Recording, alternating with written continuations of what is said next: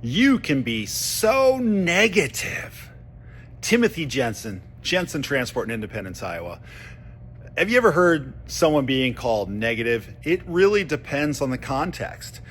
I think it's very important if you look at it in a short-term view of, let's call it mental health, which is a poor way to put it.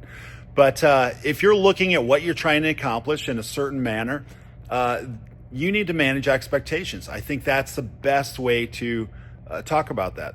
When you're managing expectations, how do you be positive or negative? I would say the best way to manage expectations is one way. You need your goal to be up here, like way up above your head. You need that goal so high, it is almost, if not, totally impossible to reach it. Some people would disagree with me on that. Guess what? I will still beat them. Why? Because my goal is all the way up here. My goal is so high, I don't think I can reach it. That's how high your goal needs to be. And I don't care if that is a process for repair, training, mindset, working out, anything. What happens when your goal is that high? You're negative. That's what happens. But the beauty of that is when you're planning for your goal to be that high, you also have to manage the expectations to be, this is really where I think I can get to. And then like down here, worst case scenario, what happens on the worst case scenario? You know, growing up, my mom always said, well, what if? And it seemed like a worry thing to me. And in some ways it very well is. And I think that is ingrained in me, the what ifs. But the thing with the what ifs, what if you manage the what if before you even have the what if? So how do you do that? Well, what if it gets cold out? Okay, that's great. Then ask yourself, well, what happens to the what if? What are we talking about with the what if? Are we talking about people? Are we talking processes? Are we talking about trucks? Are we talking about equipment? What is the what if? Let's break that down. So if your what if is, say, a truck breaking down, well, what if it is cold out?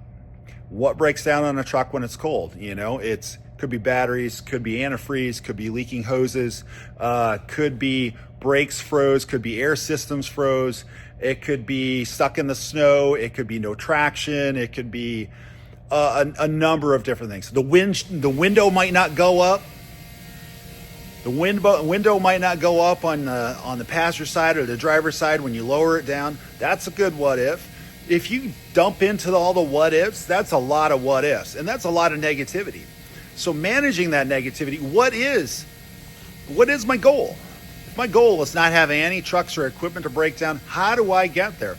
That goal needs to be so high to manage those expectations. So when I'm dealing with the what ifs, I've already taken care of it. What if the window doesn't go up? Well, guess what? We're going to have to get it inside. What if the brakes are froze up? Well, then I need a way to break the brakes freeze. Break, that's hard to say. Break the brakes loose. Wow. English, gotta love it. So there's lots of different things on there, even the air system. Well, what if it doesn't air up? Well, can I get it inside? Can I pop the air pressure in and out on there to see if I can't break it loose? You know, there's a number of different ways. You need to have enough experience to deal with that. And I think that's half the problem with the mindset or the mental health issues. People don't have the experience. They don't know what to do. And when you have a lot of problems and you don't know what to do about it, you know, that's what they call anxiety, because you don't know which path to pick or to choose. You're anxious because there's so many paths open to you. The difference is with experience, you see the paths open to you, but you also see the paths of how to close those paths and deal with that.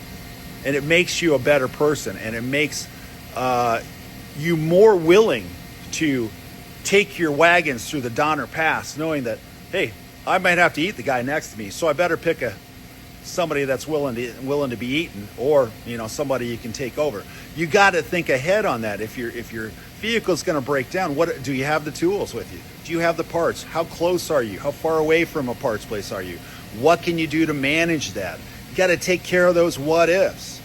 Yes, you got to be negative, but that negativity drives the positivity. It drives your ability to handle the situation, and it drives your ability to feel confident in those situations. So yes, be negative, but realize how to turn that negativity into positivity. Timothy Jensen, Jensen Transport in Independence, Iowa. Hope everybody's having a great day out there. Keep warm. Hey, let's say wheels down today. Bye.